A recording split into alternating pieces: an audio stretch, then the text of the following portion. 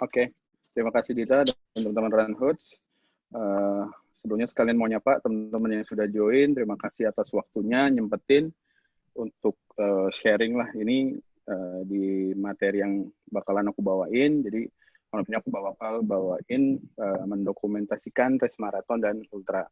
Jadi beberapa hal ini berdasarkan pengalaman yang sudah saya jalankan. Beberapa ya. Pertama saya sharing pengalaman dulu ya. Jadi beberapa fotografi experience saya di Run to Care 2018 dan 19, Borobudur Marathon juga sama, saya 2018-2019, Nusantara chapter 6 dan 7, Semarang 10K saya di 2018-19, kemudian Tokyo Marathon, Jogja Marathon di 2019, Bali Marathon juga 2019, kemudian untuk race ultra di Bromo Tengger Semeru 2019 yang lalu juga. Kemudian sempat dapat kepercayaan juga untuk behind the scene Borobudur Marathon video waktu itu sama si Wimala dan Antoni Ismail. Kemudian yang terakhir sebelum ada pandemik ini, race terakhir yang saya liput adalah Women's 10K di Jakarta. Oke, saya lanjutkan. Jadi materi pertama adalah mempersiapkan dokumentasi race marathon dan ultramarathon. Kembali lagi ya, ini cerita mengenai pengalaman saya, jadi ini kelas untuk sharing, nanti Q&A atau tanya jawab ada di akhir presentasi, jadi nanti boleh disimpan dulu. Oke, saya lanjutkan untuk yang pertama, pembahasannya adalah, ini topik pembahasannya, jadi pembahasan pertama nanti ada pre-production, ada beberapa hal mengenai klien, konsep, persiapan dan shortlist, kemudian masuk ke production, itu ada timeline produksi, momen di lintasan, kemudian ada cerita mengenai unpredictable situation, kadang hal-hal apa sih yang nggak kita duga terjadi, kemudian post production atau finalisasi foto klien. Oke, kemudian kita masuk ke pre-production, ini yang slide pertama saya. Oke, yang pertama adalah ngomongin klien. Klien di sini yang pasti hal yang penting ya, di mana kita akan ada pekerjaan atau kerja bareng. Yang pertama adalah kita ngomongin kenalin klien. Oke, kenalin klien di sini maksudnya adalah bukan kita baru kenal juga ya, tapi tahapnya kita sudah kenal. Kenalin klien di sini adalah kita mulai bisa melakukan atau investasi waktu.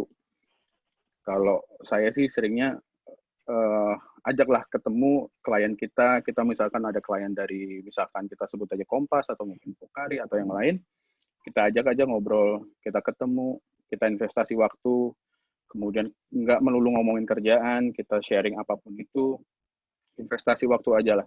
Jadi ketika nanti suatu saat kita ada pekerjaan ataupun nggak ada pekerjaan, kita misalkan nih contoh ada pekerjaan, klien otomatis juga mungkin ingat ke kita. Kemudian kalau misalkan ada kerjaan tapi memang kita tidak diajak, ya poin positifnya adalah kita sudah banyak kenal teman, jadi kita memperluas jaringan juga. Maksudnya kenali klien di situ ya. Kemudian kita ngomongin profesional. Yang dimaksud profesional di sini adalah kadang klien kita itu adalah bisa jadi teman sendiri, atau mungkin saudara kita sendiri, atau yang sahabat lah, kita udah kenal lama. Tapi di sini kita posisinya sebagai klien. Nah, kalau di profesional ini kita harus bisa memposisikan diri di mana, oh dia ini sekarang posisinya sebagai klien saya, jadi saya harus bekerja secara profesional, jadi jangan libatkan emosi sebagai teman, nggak mengurangi rasa nggak enak nih ngomongin uang, misalnya ngomongin duit, kita ngomongin penawaran segala macamnya, kok nggak enak ya ngomongin uang sama teman sendiri, jadi kita buang jauh-jauh, kita berusaha profesional aja. Kalau memang ada hal yang kita pengen sampaikan, disampaikan aja, misalkan kirim dong ininya apa namanya, penawarannya berapa dan segala macamnya, kita sampaikan aja bahwa kebutuhan saya untuk race sekian, kemudian kebutuhannya apa saja disampaikan aja. Jadi to the point, kita hilangkan rasa sungkan, kita profesional aja. Kemudian kalau sudah selesai pekerjaan, ya kembali lagi kita sebagai teman ya biasa aja gitu. Jadi kita bersikap profesional aja, karena dengan kita bersikap profesional, pengalaman saya sih akan mendapatkan banyak apa ya disegani lah, paling nggak oke, bisa profesional. Kalau kita pas sama teman ya udah kita nggak ngobrol teman aja, santai. Kemudian yang berikutnya adalah diskusi dan komunikasi. diskusi dan komunikasi ini di sini maksudnya adalah saya kita sudah dapat pekerjaan nih, maksudnya sudah ada job, kita mau liput atau mendokumentasikan event Borobudur Marathon contoh. Nah, kita banyak-banyak aja diskusi. Kalau nggak ngerti tanya aja, misalkan, nanya dong besok itu Borobudur Marathon, aku harus hari apa ya sampai di Magelang misalkan, hari Jumat misalkan atau hari Kamis malam udah sampai sana. Jadi didiskusikan, dikomunikasikan. Kemudian misalkan nanti di Borobudur Marathon pekerjaanku dapatnya apa aja, misalkan aku harus ikut apa aja, misalkan respect collection juga, kemudian check-out-nya juga ada misalkan, oke. Kemudian race-nya kita nanti fotonya apa aja, jadi semuanya diomongin. Hal-hal yang unek-unek yang kita nggak ngerti, saya harus misalkan nih, contoh dulu pernah pertama kali juga ketika dapat pekerjaan pertama juga bingung, saya harus ngapain ini, saya harus bawa kamera apa, saya harus bawa apa, itu ditanyain aja. Jadi nggak apa-apa daripada kita salah apa yang saya kita pede aja bahwa ternyata salah, mending ditanyain. Nggak apa-apa misalkan malu dong nanya ke klien gitu, cuek aja sih. Kalau aku pribadi cuek aja. Waktu itu pun saya juga nanya ke sana ke sini, nanya bahwa ini boleh nggak ada segalanya, lebih baik apa ya sedia payung sebelum hujan. Jadi cuek aja sih. Jadi diskusi dan komunikasi itu penting banget. Bahkan kalau menurut saya pribadi, kemampuan kita sebagai fotografi, kita mempunyai kemampuan, kemudian punya gear-nya, kameranya, kemudian kita sudah punya relasi. Tapi yang paling penting dalam sebuah dunia bisnis sih, kalau kayak saya bilang kayak gini, aku bilang kayak gini, komunikasi itu nomor satu. Jadi bagaimana kita bisa menjalin komunikasi dengan klien dengan baik, itulah yang akan memberikan dampak positif buat kita sendiri. Kalau menurutku seperti itu. Aku lanjutkan ya. Kemudian slide berikutnya adalah masih di pre-production. Kita ngomongin sebuah konsep. Oke, tadi sudah ada klien ya, kita sudah dapat pekerjaan dari klien untuk meliput suatu event maraton atau ultra maraton.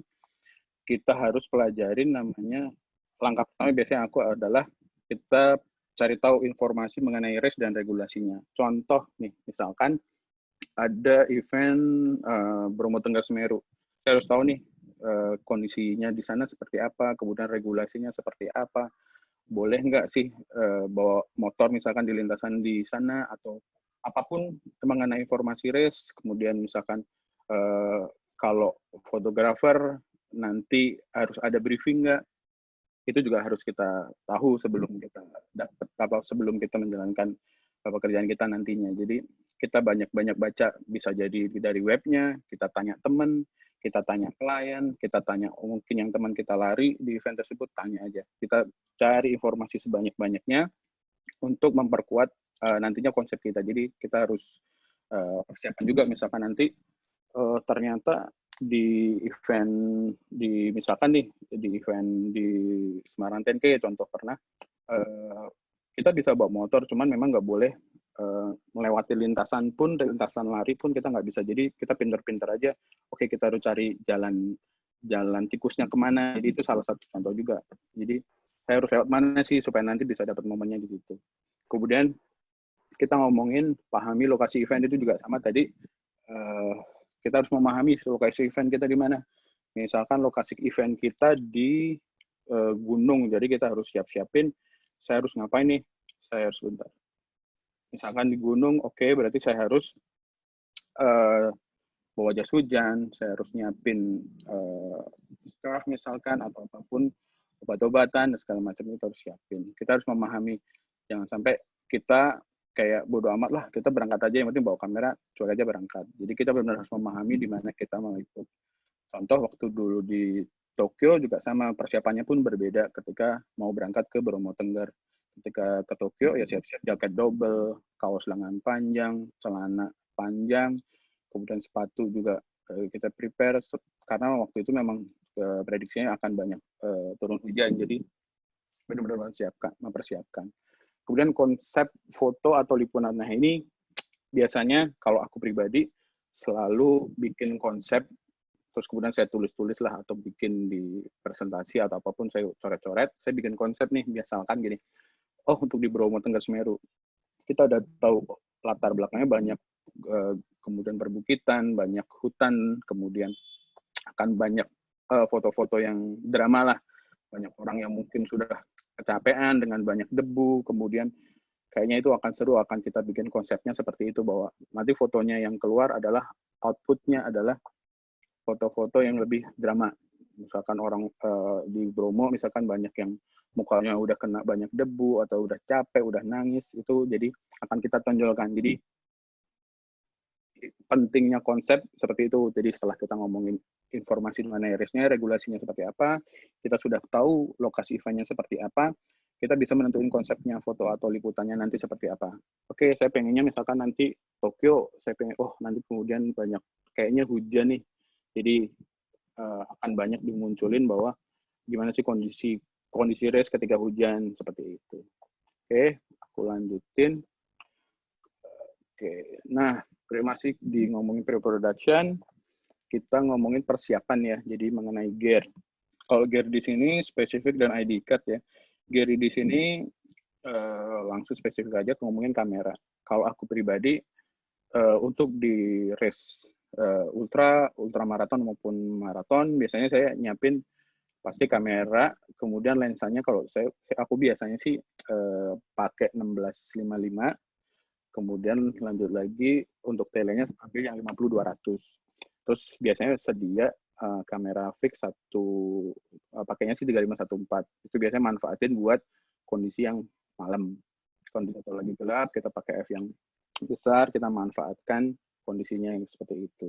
Kemudian ID card. Nah, ID card ini biasanya sih memang kita waktu berangkat langsung nyiapin juga. Maksudnya persiapannya juga itu ID card penting banget. Jadi ketika sampai di lokasi, kita harus tahu ngambil ID card-nya kemana, harus pakai ID card ambil berapa, kemudian kita tanya, kadang ada ID card yang kita nggak boleh masuk ke VIP room, kita nggak boleh masuk ke ruangan apa, jadi kita tentuin. Kalau memang ada yang tidak sesuai, bisa langsung kita konsultasiin atau ngobrol aja sama klien. Ini kok dapat ID card-nya kok kayak gini ya, harusnya kan aku dapat yang full access misalkan, jadi minta tolong dirubah atau gimana, kita komunikasikan. Kemudian ngomongin kebutuhan pribadi. Nah, nyambung yang tadi, kebutuhan pribadi di sini lebih ke obat-obatan ya, misalkan obat-obatan, vitamin, karena liputan foto maraton dan race maraton itu sendiri apa ya, lebih berat sih kalau menurut saya daripada nggak kalah capeknya lah sama si pelari itu sendiri. Jadi kadang kita harus sudah nyiapin sebelum hari H, kita udah sampai di sana, kemudian nanti habis event kita juga harus prepare foto dan segala macam. Jadi vitamin, obat-obatan itu cukup penting juga, cukup vital juga, itu harus dibawa. Kalau kita nggak pede dengan kondisi kita, mending kita persiapan juga bawa vitamin. Kemudian persiapan berikutnya adalah ngomongin akomodasi dan transportasi.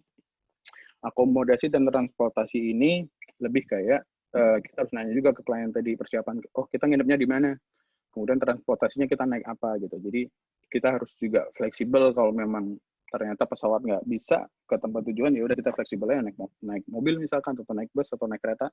Kalau aku pribadi sih benar-benar nggak ada masalah. Jadi mau naik apapun hajar aja sih kalau aku.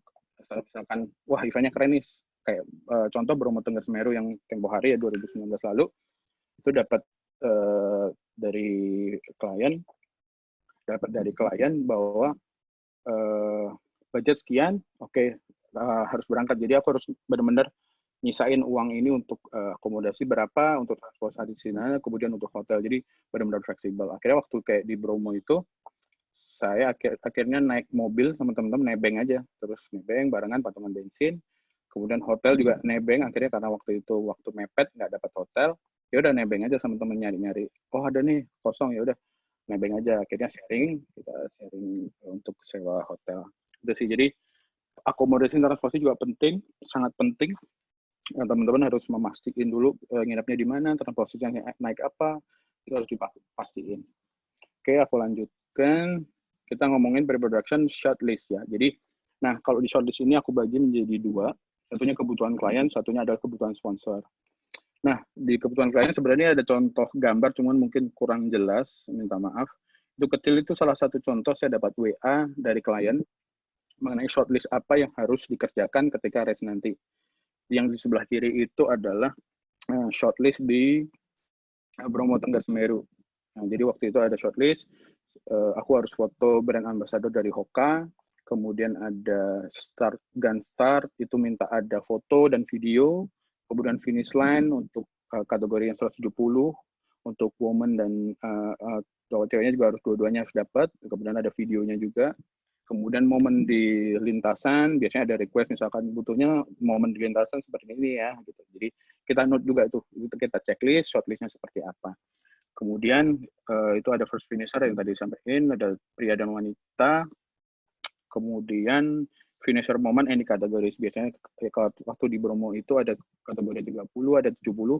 Jadi ambil beberapa finish moment di race tersebut. Yaitu contoh untuk di Bromo. Kemudian sebelah kanan satunya ini adalah shortlist untuk Tokyo Marathon. Jadi waktu itu sudah ada shortlist. Jadi kalau di Tokyo waktu itu cukup padat sih. Jadi tanggal 28 Februari 2019 waktu itu sampai di Tokyo, kemudian langsung ke tempat penginapan.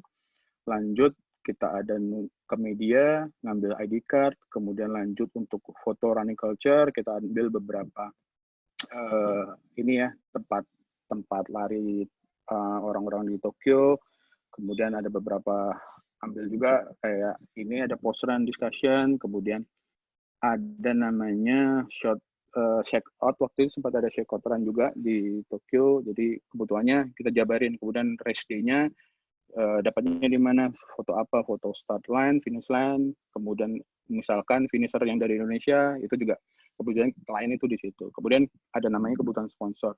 Kalau kebutuhan sponsor, sebenarnya sudah biasanya masuk ke kebutuhan klien tadi ya. Jadi biasanya misalkan si klien dapat jobnya pun juga dari sponsor A misalkan. Ini contoh aja ini, kalau fotonya ini adalah fotonya si Ruth Teresia, dia dari brand ambassador-nya Hoka. Jadi waktu itu si klien minta dong sebelum ini foto untuk si Hoka, brand ambassador si Ruth dengan sepatunya yang baru.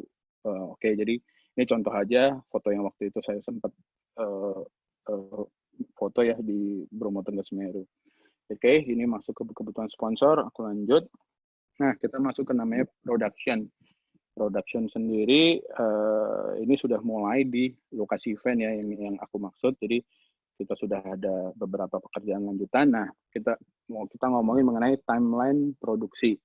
Nah, di timeline produksi ini apa aja sih yang mau dibahas? Nah, biasanya ada beberapa tipe ya. Tipenya itu ada namanya kita ngomongin respect collection. Nah, kalau di respect collection ini kita biasanya memang ada kebutuhan klien yang kita harus penuhin. Misalkan di respect nanti ada 2 hari respect collection, tolong difoto ya. Nah, di respect collection ini sendiri biasanya kita sebagai fotografi memang lebih capek ya, maksudnya di respect itu karena memang kita biasanya dari pagi sampai sore atau bahkan malam kita stay di sana, kita ambil beberapa kebutuhan, misalkan orang lagi ambil respectnya, kemudian mereka lagi belanja dan segala macamnya kita juga ambil. Cuman biasanya kita pintar-pintar atur waktu kalau memang sudah enggak ini misalkan sudah cukup apa yang kita ambil, oke ya udah langsung kita cukup aja gitu sih. Terus kita ngomongin reki ya. Reki ini buat aku pribadi hal yang wajib, tapi memang di beberapa keadaan kita tidak bisa memungkinkan untuk reki.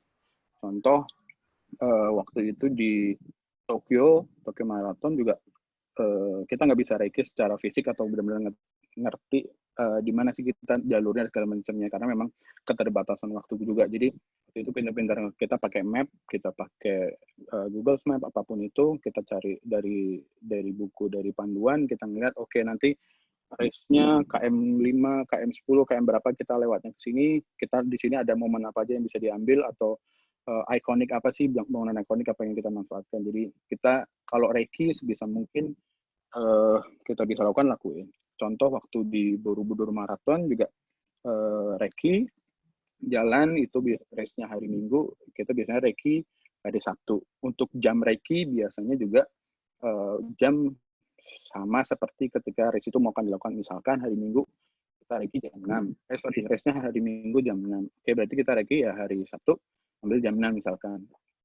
Nah, itu tujuannya apa? Supaya kita ngerti keadaan, misalkan dengan jam 6 ini kondisi cuacanya seperti ini, kondisi matahari nanti keluar jam berapa sih, kalau jam segini kita dapat momen atau ambil angle-nya gimana gitu. Jadi kalau ngomong reki seperti itu. Kemudian check out run juga sama di beberapa event itu biasanya ada hosting lah, biasanya komunitas lari misalkan di Semarang, waktu itu ada event Semarang 10K, Semarang membuat acara, dia hosting untuk para pelari yang datang, mereka buat second run. Nah, ini juga biasanya masuk ke shortlistnya atau produksinya harus kita ambil, jadi kita harus ikut di second run-nya. Cuman kita kalau misalkan nanti kita foto ada timnya, kita bisa bagi nih, siapa yang ke respect collection, misalkan cukup 2 orang, yang lainnya nanti cukup standby, kemudian di second run siapa yang jalan, itu juga bisa kita atur. Kemudian di race day. Race day ini kita kalau ngomongin race day persiapan kita biasanya jam 3 misalkan contoh Bali Marathon deh. Kita jam 3 gitu udah siap ya, udah jalan menuju venue, kita udah siap-siap, kita udah prepare, jadi lebih pagi daripada si pelari itu sendiri, jadi kita harus benar-benar nyiapin. Kemudian kita ngomongin race day itu, nah nanti kita foto mulai dari start sampai dengan finish line, jadi nanti akan kita bagi momen-momen apa yang diambil. Misalkan di start line, siapa yang nanti standby, kemudian nanti di KM berapa gitu standby. Jadi misalkan nih contoh, kalau kita kerja sendiri, contoh waktu itu di Bromo Tengger Semeru, kebetulan saya foto sendiri sih. Jadi saya bagi waktu di start, saya ambil kategori 170 kayak start, saya ambil dulu. Kemudian saya akan move ke titik di KM berapa, di KM 20 misalkan kita ambil. Nah, kita habis itu balik lagi nih, karena nanti kategori yang 100 kilo akan start. Jadi kita harus balik lagi. Jadi kita harus benar-benar ngatur waktunya kalau kita foto sendiri. Tapi kalau kita ada tim, kita bisa bagi nih siapa nih nanti yang di start, siapa nanti yang di KM 5, KM 20, atau mungkin di finish line, atau di water station. Jadi kita bisa bagi atau kita bisa aturnya. Kemudian ngomongin waktu upload. Nah, beberapa case memang klien ada yang minta same day atau beberapa jam setelah acara atau finisher pertama kategori 170 kilo langsung diupload ya, misalkan langsung same day, begitu dia finish langsung kirimkan. Jadi share pengalaman waktu di Bromo Tengger Semeru juga, itu finisher 170 untuk kategori cowok cewek, itu juga klien minta ketika finish langsung foto, edit same day, edit dengan handphone, kemudian videonya juga kita harus serahin, jadi langsung saya upload, begitu mereka finish, saya foto, langsung saya upload ke Drive, kemudian diserahin ke klien. Jadi contoh, memang ada beberapa request yang dari klien minta dong langsung segera di-upload, misalkan check out juga sama waktu itu langsung ya, begitu kelar langsung di-edit, kemudian langsung di-upload untuk di-posting di media sosial. Begitu juga dengan di race day, memang tidak semuanya sih, hanya beberapa misalkan finish pas start line biasanya juga diminta, atau mungkin finish untuk beberapa kategori saja. Jadi itu ada beberapa yang harus di-upload lebih cepat. Sisanya sih biasanya setelah hari H. Nah, kita ngomongin, kemudian masih ngomongin timeline produksi, lagi mengenai tools atau gear. Tadi sempat disinggung di depan, jadi kalau gear di sini lebih ke spesifik nih.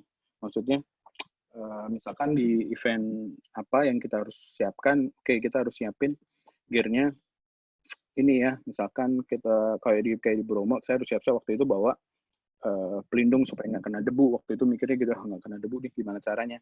Itu karena memang waktunya juga mepet, saya cuma pakai, ya ini sharing dengan waktu itu sama Ian Molan, pakai ini aja, shower cap itu bisa dipakai, ya udah ini siapin. Jadi kemudian lensanya enaknya dibawa berapa ya untuk foto di Bromo misalkan, ya udah. Jadi kalau kita bawa beberapa tipe lensa, biasanya aku ngatur nih supaya nggak berat juga karena kondisi yang tidak memungkinkan bawa banyak lensa, kayaknya cukup deh bawa satu aja nih 1655.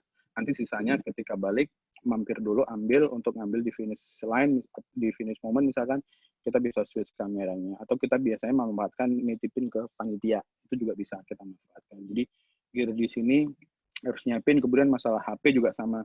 Kalau aku pribadi biasanya di HP itu juga harus ada ngomongin editing. Jadi kalau aku biasanya pakai Lightroom Mobile, jadi ketika finish moment harus cepat-cepat serahin ke klien, ya udah langsung pindahin ke handphone, kita edit pakai mobile Lightroom, kemudian serahin deh ke klien. Nah, kalau ngomongin di sini, kalau tadi Lightroom Mobile ya, aku biasanya pakai ada namanya kalau preset, kalau dipakai apa namanya Mac atau apapun kita pakai preset, kalau di di Lightroom Mobile aku biasanya pakai format namanya DNG. Jadi nanti tinggal copy paste preset foto yang kita inginkan dengan tone warna yang kita inginkan sudah ada. Jadi itu lebih cepat. Kemudian supporting itu tadi komputer atau laptop atau MacBook atau laptop yang teman-teman biasa pakai aja lah. Jadi tidak ngomongin merek.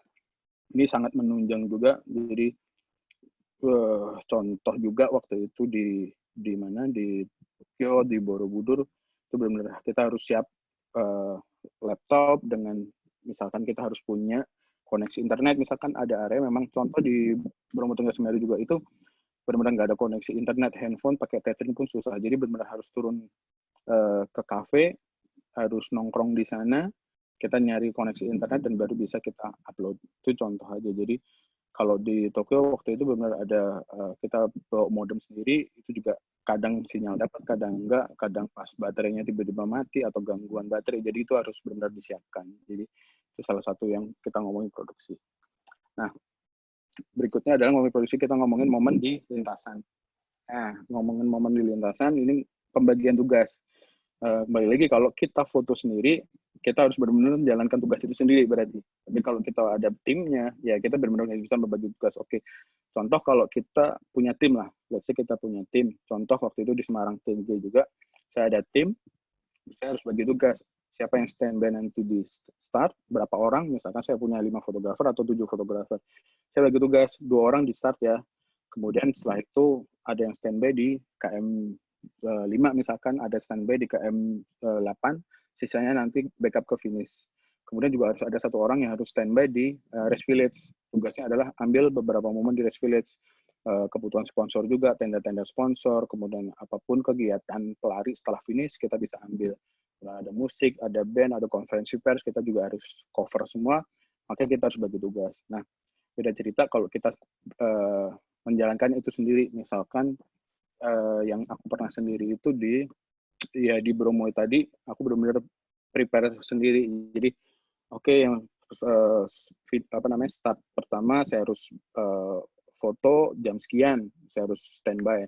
Kemudian kira-kira berapa jam lagi nih si pelari sampai di B29 waktu itu di Bromo ya. Kurang lebih 1 jam sekian. Jadi siap-siap harus naik motor menuju ke KM yang sudah kita prediksi mereka akan sampai. Nah, kemudian nanti startnya si KM, yang kategori 100 jam berapa? Nah, kita harus benar-benar balik lagi nih. Jadi harus standby, kita harus balik lagi untuk ngambil momen untuk start yang 100. Jadi kita harus membagi waktu. Nah, sharing juga waktu itu pernah. Jadi waktu itu si almarhum si Aikido Ando waktu di finish di Bromo Tengah Semeru itu juga sempat gambling karena saya akhirnya strateginya adalah saya minta nomor telepon panitia yang standby di finish line, saya minta nomor teleponnya, terus akhirnya saya jalan naik trail sendirian, tolong kabarin kalau si Ando 1 jam lagi mau finish, saya kasih tahu, tolong kasih tahu. Jadi saya langsung benar-benar tahu begitu sudah jarak sekian, misalkan saya ambil jarak jauh nih sekitar 30 kilo dari finish line, saya dikabarin nih si Ando udah mau sampai atau 1 jam lagi. Jadi harus buru-buru balik lagi untuk ngambil foto si Ando. Setelah dapat fotonya si Ando, ya udah jalan lagi kita ke lintasan, kita ambil momen yang lain di sana. Jadi kalau ada pembagian tim, kita enak, kita bisa bagi tugasnya masing-masing. Tapi kalau kita event sendiri atau kerja sendiri, kita juga benar-benar harus bisa ngatur waktunya bagaimana. Contoh waktu itu juga di Tokyo juga sama. Kebetulan waktu itu ada barengan sama klien sih, cuman ada hal yang tadi nanti aku bahas di unpredictable situation. Jadi kamera rusak, akhirnya ya udah saya harus bagi waktu ngambil di mana harus cepet-cepet. Nah, kemudian kita ngomongin angle di sini sebenarnya di hal yang masih terus saya pelajarin juga. Saya berusaha ngambil beberapa angle, saya latihan pakai foto apapun, jadi foto street fotografi, saya juga berusaha ambil angle yang bagus gimana. Ini biasanya kreativitas kita sendiri sih. Jadi misalkan ada angle mana sih yang lebih bagus, kita ambil close up misalkan, atau mungkin kita ambil siluetnya atau ambil kakinya saja, atau kita pakai eagle eye, kita dari atas itu lebih baik, atau kita ngambilnya frog eye deh, dari bawah aja deh, kita ngambil orangnya dari bawah itu lebih bagus. Jadi angle ini kalau buat aku pribadi penting sih, jadi supaya nggak monoton foto kita, nggak gitu-gitu aja, jadi supaya kita dapat banyak pengalaman juga. Nah, lanjut Ini sharing juga. Ini adalah foto aku di Tokyo Marathon. Ini foto ini kenapa aku ambil, sebenarnya ini contoh angle aja sih ya. Jadi sharing aja. Jadi ini foto ini sih waktu itu ngambil, kayak waktu itu benar-benar padat ya Tokyo itu, dengan peserta yang cukup banyak. Kemudian aku ngeliat, wah kayak ini hujan juga sih, kondisinya basah. Jadi aku pengen lihat bagaimana kondisi sepatu, kemudian dan kondisi jalan yang basah, pengen lihat bagaimana air dari air hujannya yang turun. Jadi pengen ngelihat keramaian apa ya, si pelari, kaki pelari, dan kemudian kita bisa ngelihat branding sepatu yang tampil juga. Itu sebenarnya juga poin plus juga. Misalkan suatu saat ada kebutuhan, misalkan klien butuh, ya ada foto Essex nggak, misalkan ini juga bisa dipakai sebenarnya. Jadi ini salah satu contoh kenapa aku ambil angle seperti ini. Kemudian berikutnya adalah ini juga salah satu angle waktu itu adalah ini di Tokyo Marathon dengan waktu start line ya, di start kondisinya benar-benar hujan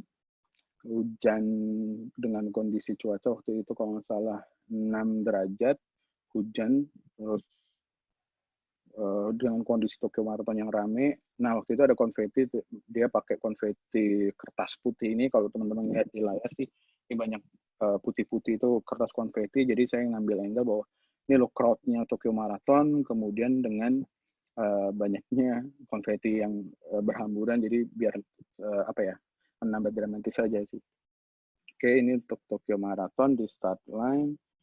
Kemudian ini juga sama, masih di Tokyo Marathon. Kalau ini aku ngambil ini, kenapa aku ingin nunjukin bahwa ternyata banyak juga contoh petugas kepolisian yang mereka juga ikut andil untuk apa ya, mengamankan Tokyo Marathon ini supaya aman. Jadi aku ngambil angle ini dengan background si para pelari ini, dan ini juga kelihatan karena kondisi hujan, jadi kita bisa manfaatkan supaya lebih menonjol apa ya, jadi air di jaket, di topi, dan sebagainya itu bisa kita tonjolin supaya lebih kelihatan kena aja sih momennya. Kemudian ini masih sama Tokyo Marathon. Tokyo Marathon ini, nah ini kebetulan juga ini saya foto kondisi juga masih sudah basah kuyup. Nanti akan sharing juga beberapa kondisi di Tokyo. Jadi pelari benar-benar ngerasain yang dingin karena udah seharian hujan, kondisi 6 derajat.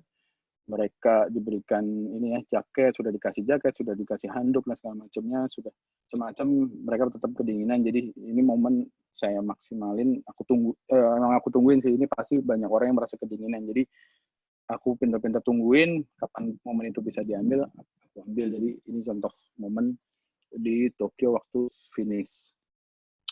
Nah, kalau ini sebenarnya ini foto, sharing ya, foto waktu behind the scene bareng Sigi Wimala sama Anthony Ismail untuk pembuatan video untuk Borobudur Marathon tahun 2019 lalu. Nah, kalau di sini sebenarnya sih karena aku pengen ngambil ketika wajah Sigi Wimala tercapture di kamera si Anthony Ismail. Jadi pengen lihat sih sebenarnya momennya ketika di dalam kamera itu seperti apa sih, framingnya dan segala macam, itu aku ambil di situ. Dengan kemudian dibuat blur di belakangnya ada ya sketsa dengan wajah Sigi Wimala, jadi pengen nonjolin sih di kameranya seperti apa. Oke, lanjut. Ini salah satu contoh foto juga di Bali Marathon. Nah, di Bali Marathon sharing juga, kebetulan waktu itu di Bali Marathon dapat jobnya itu adalah aku foto di, kalau race-nya aku foto di start line dan finish line. Jadi benar-benar cuma di start dan finish. Kalau ini di waktu Respect Collection sih. Waktu itu banyak anak kecil. Nah, kalau aku pribadi karena aku suka human interest, jadi benar-benar aku manfaatin emosi anak-anak, itu paling senang kita ambil. Jadi ditungguin emosi anak-anak, keceriaan mereka, ketawa mereka, itu benar-benar bagus untuk kita diambil. Kemudian lanjut, ini sama masih di Bali Marathon, coba beberapa angle yang berbeda ketika banyak anak kecil ketawa, mereka jalan, mereka ekspresinya seperti apa, dimaksimalin. Jadi pinter-pinter aja kita ngambil angle di mana apa sih yang bisa kita jual. Misalkan di Respect Collection, selain ambil foto orang ngambil respect, apa sih yang bisa kita tonjolin di sana? Oh ada anak-anak sih, oh ada penari Bali, ya udah diambil aja, kita maksimalin. Jadi kita bisa menonjolkan sesuatu yang lebih daripada cuma hanya respect itu sendiri gitu. Kemudian aku lanjut, ini masih di Bali Marathon. Nah, foto sebelah kiri ini fotonya Mas Agus, ini sama diambil waktu, nah ini juga waktu itu pembagian tugas, kebetulan saya dapat tugas untuk ambil foto Mas Agus. Ini ngambilnya di Respect juga, waktu di Respect janjian sama Mas Agus mau foto dong. Ya, kebetulan dapat momen ini, fotolah buat Mas Agus. Nah, yang sebelah kanan ini adalah, ini cukup sebenarnya menurut pribadi ya fotonya ya sosok lah, maksudnya ya dapatnya foto seperti ini, tapi momennya yang cukup mahal sih menurut aku pribadi. Jadi momen ini si Agus dia adalah first male finisher di Bali Marathon, dan waktu itu kalau nggak salah dia lagi seleksi untuk apa ya, kalau nggak salah Asian Games atau SEA Games, aku lupa. Jadi ini momen-momen yang dapat sih maksudnya. Nah, kalau ngomongin momen ini, jadi kalau misalkan kita dapat kerjaan, misalkan nanti fotonya di start ya dan finish aja. Jadi kalau di start dan finish, apa sih yang kita bisa maksimalin di start dan finish? Misalkan nih foto si Agus, ya udah kita maksimalin, kita gimana caranya supaya dapat momennya si Agus finish. Kemudian foto first male marathon, misalkan kategori untuk yang kategori yang lain kita ambil semua. Jadi kita perbanyak momen-momen yang kita bisa ambil supaya ketika kita dapat kerjaan itu nggak yang monoton, aduh kok cuma di start dan finish ya gitu. Akhirnya ya udah kita maksimalin aja di sana. Tapi kalau boleh jujur sih sebenarnya paling senang di lintasannya, tapi kalau di pas dapatnya kerjaan di start dan finish ya no problem. Jadi harus ada sesuatu yang harus kita bisa tonjolkan untuk kita bisa jual ke klien. Itu sih, ini untuk Bali Marathon. Kemudian lanjut, nah ini momen di BTS Ultra. Di BTS Ultra ini aku coba ngambil siluet ya. Jadi waktu itu, nah ini sedikit cerita, sedikit mundur ke belakang.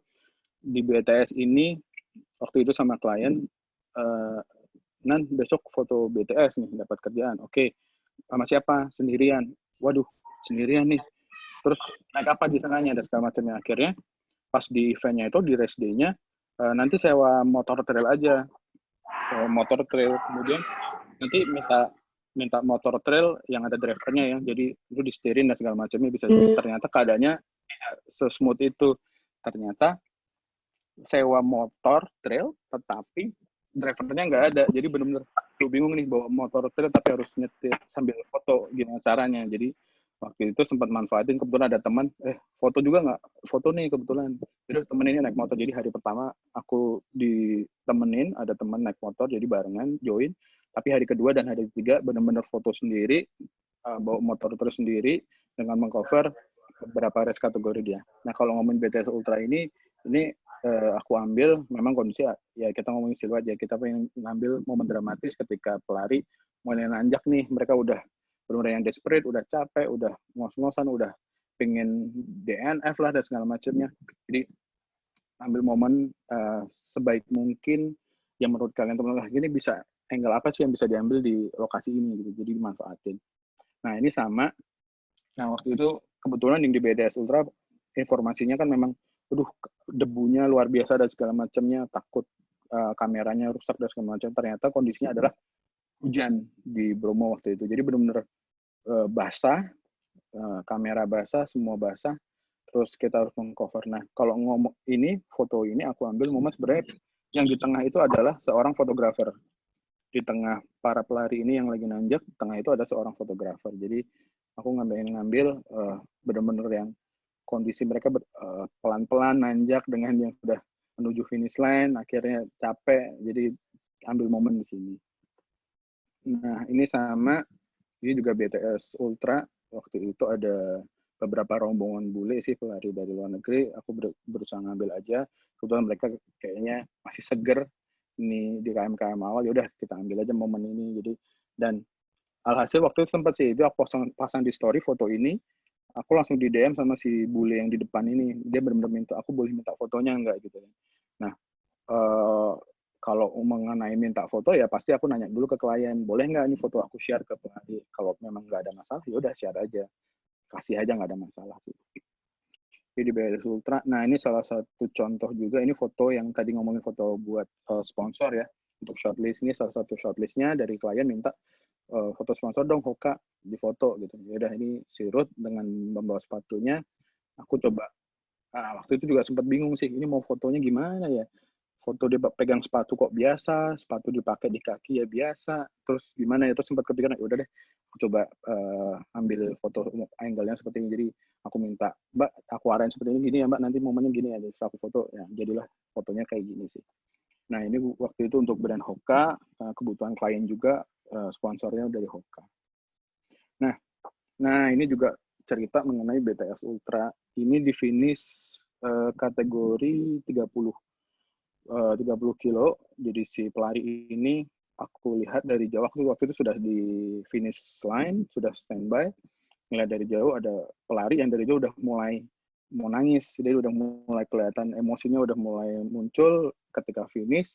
Dia langsung jongkok, mulai nangis. Dia mulai nangis. Awalnya masih biasa sih, momennya saya nangis pelan-pelan. Tapi nah kayak gini nih biasanya aku tungguin. Aku pakai burst, aku ambil beberapa foto langsung banyak, aku sekali misalkan berapa 14 frame atau berapa. Jadi aku ambil misalkan kayak gini nih, aku tungguin sampai dia benar-benar nangis, air matanya keluar, terus dia hampir mau kayak misalkan ngusap air mata dan segala dia pelukan sama temennya karena nangis terharu sebenarnya. Ini biasanya aku maksimalin. Jadi aku tungguin sampai dapat momen ini. Nah ini salah satu contoh fotonya aja. Nah ini juga sama, ini yang tadi aku sempat cerita di sebelah kiri ini sama namanya siapa lupa, Nakajima, siapa ya aku lupa. Ini adalah first finisher 170 kilo dari Jepang juga. Kalau di sebelah kanan adalah si almarhum Akido Ando. Ini juga sama. Jadi ini yang nyambung cerita tadi ya. Ketika Ando mau finish, itu kondisi aku lagi di kawah. Di kawah dengan naik trail sendiri. Motor trail harus ditinggal di bawah. Aku naik ke atas, kurang lebih jarak berapa kilo ya, mungkin sekitar 1-2 kilo ke atas, tapi dengan kondisi yang perbukitan itu di kawah, aku benar-benar nungguin telepon atau WhatsApp dari si panitia yang aku udah pesan. Nanti kalau si Ando atau 5 kilometer terakhir kasih tahu ya, jadi aku akan balik.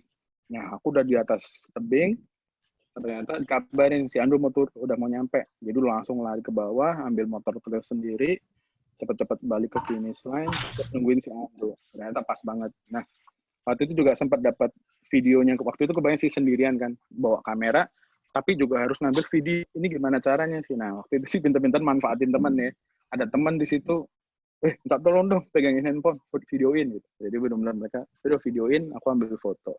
Jadilah fotonya seperti ini sih untuk si Ando ini. Kemudian ini cuman ya namanya race pasti apa namanya medal itu juga pasti penting banget. Biasanya ada foto medalnya seperti apa, kadang ada yang kita coba aneh-aneh. Nah kita pengen waktu itu di Run to Care, waktu itu di Bali sempat ngambil foto medal yang berserakan di ini masih di meja, ya udah ambil aja dengan beberapa, kebetulan waktu itu dapat ada apa namanya ramen Balinya dengan nampannya itu, jadi aku ambil aja sih ini sebagai beberapa pilihan angle aja untuk medal. Terus, nah ini foto aku ambil di Nusantaran Chapter 6 waktu itu di Wonosobo. Nah, foto ini jujur ini salah satu foto yang buat aku pribadi favorit. Kenapa? Karena apa ya, waktu itu salah satu sahabat Nusantaran, anak dari sahabat Nusantaran, kebetulan berusaha menyapa ada anak yang kurang beruntung, kemudian mereka datang untuk apa namanya bersiap-siap untuk menyambut teman-teman yang mau start. Tapi waktu itu si salah satu anak ini, si Amanzia ini deketin untuk salaman atau ucapin ngobrol lah. Nah, waktu apa ya, waktu momen ini sih benar-benar yang aku tungguin, ini mana ya, si ini mau kapan ya ngobrol sama si sahabat Nusantaran. Jadi aku lari nungguin si adik ini untuk salaman dan pas ternyata dapat sih. Jadi ini salah satu foto yang menurutku favorit.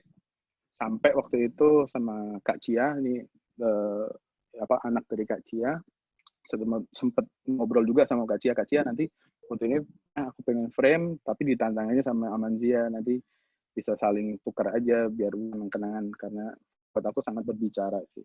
Ini di Nusantara 6. Nah, ini salah satu unpredictable situation, kita ngomongin produksi. Ya, banyak sekali hal yang kita nggak bisa prediksi. Apa aja sih kejadiannya? Contoh cuaca. Kalau kita ngomongin cuaca, contoh yang pertama aku kasih contoh di Tokyo. Waktu itu benar-benar yang waktu itu prediksinya paling ya derajatnya mungkin bisa 10 atau mungkin nggak ada hujan atau mungkin hujannya sedang sih. Ternyata kenyataannya berbeda, benar-benar hujan sepanjang hari selama race dari awal sampai akhir itu benar-benar yang basah. Kemudian itu harus bingung kamera ini bagaimana. Kebetulan waktu itu sama klien ya berangkat ke Tokyo. Nah, salah satu itu klien di tengah-tengah itu kita sudah bagi tugas nih. Nanti ambil di KM 20 ya. Si klien ambil di KM 30, kemudian sama di finish line. Kalau aku di start line. Oke, begitu start line. Nah, kebayang waktu itu jadi sedikit cerita Tokyo itu benar-benar kayak dilepas di hutan. Kita nggak ngerti ini di mana, kita cuma berdasarkan kayak Google Map, ngebaca MRT-nya, map-nya bagaimana, sedangkan kondisinya Tokyo itu benar-benar yang gimana ya, tidak sesimpel di Singapura untuk MRT-nya, jadi benar-benar harus belajar turun di mana segala macam. Waktu itu sempat tolong foto elit, kondisi elit di KM 20, sempat ngejar itu. Jadi begitu start, kita harus naik bus waktu itu, naik bus dibawa ke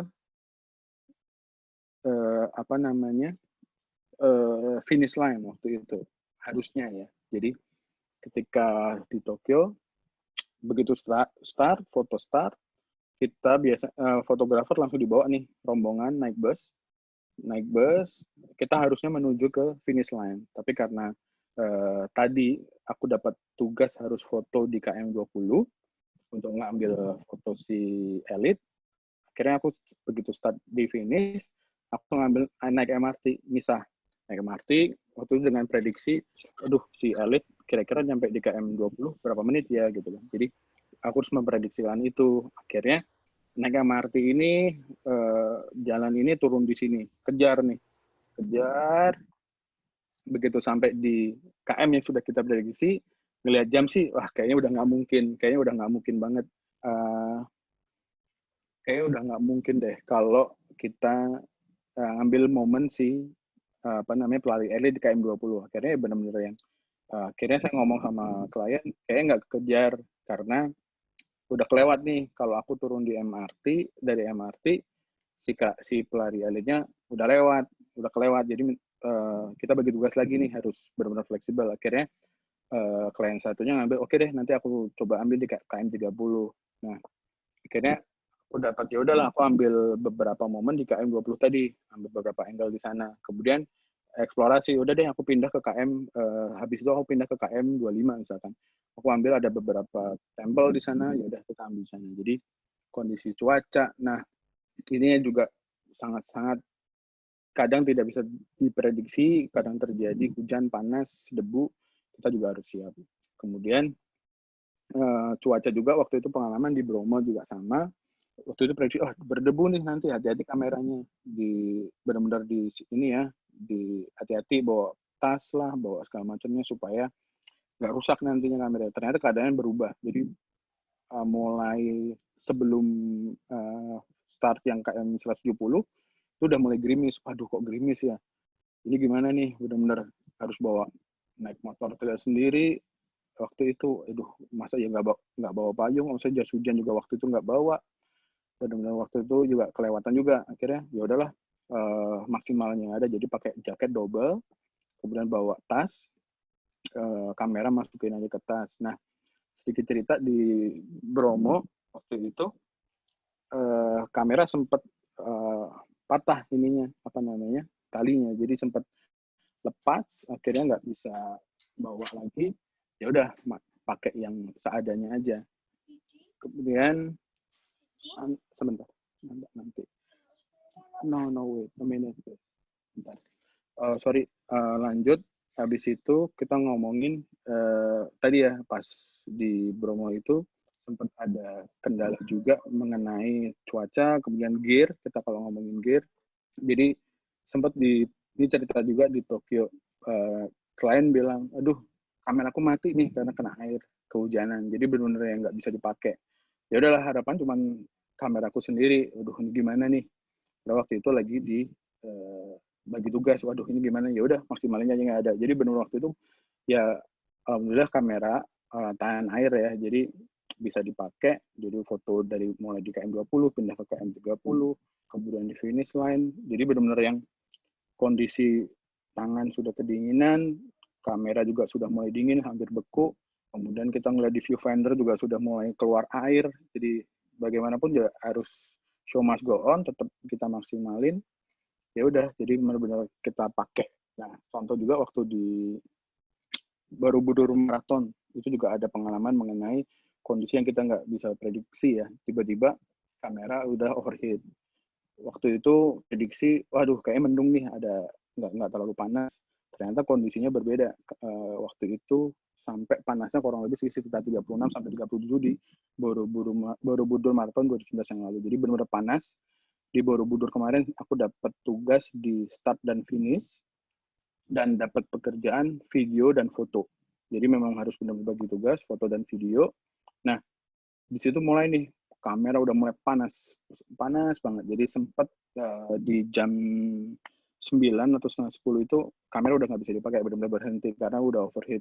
Jadi dinyalain udah muncul merah-merah, udah nggak bisa dipakai. Jadi benar-benar harus diistirahatkan. Aku benar-benar istirahat. Nah, untungnya dari pertama sampai sebelum overheat itu udah beberapa momen udah sempat keambil, jadi aman sih. Jadi oke, istirahatin dulu 15 menit, diliatin, diademin, kayak udah cukup, kita hajar lagi, kita bisa pakai lagi. Jadi ada beberapa kondisi gear kamera mati ataupun kepanasan, kita harus bersiap-siap kehujanan, itu juga harus benar-benar yang kita harus prepare. Nah, kalau others ini sedikit cerita, ini sedikit lucu juga sih. Misalnya waktu itu di Tokyo itu benar-benar kita nggak ngerti kondisi, nggak beda lah ya sama di Indonesia. Kita bisa makan di mana aja, kita bisa beli di Indomaret, kita bisa bawa bekal dan segala macam. Nah, di Tokyo ini kebetulan meliput sendirian, dari mulai dari start line pindah ke KM 20, pindah ke KM 30, kemudian kembali ke finish. Itu sempat mampir karena waktu yang mepet juga, kemudian yang hujan, jadi harus benar-benar atur waktu, nggak bisa.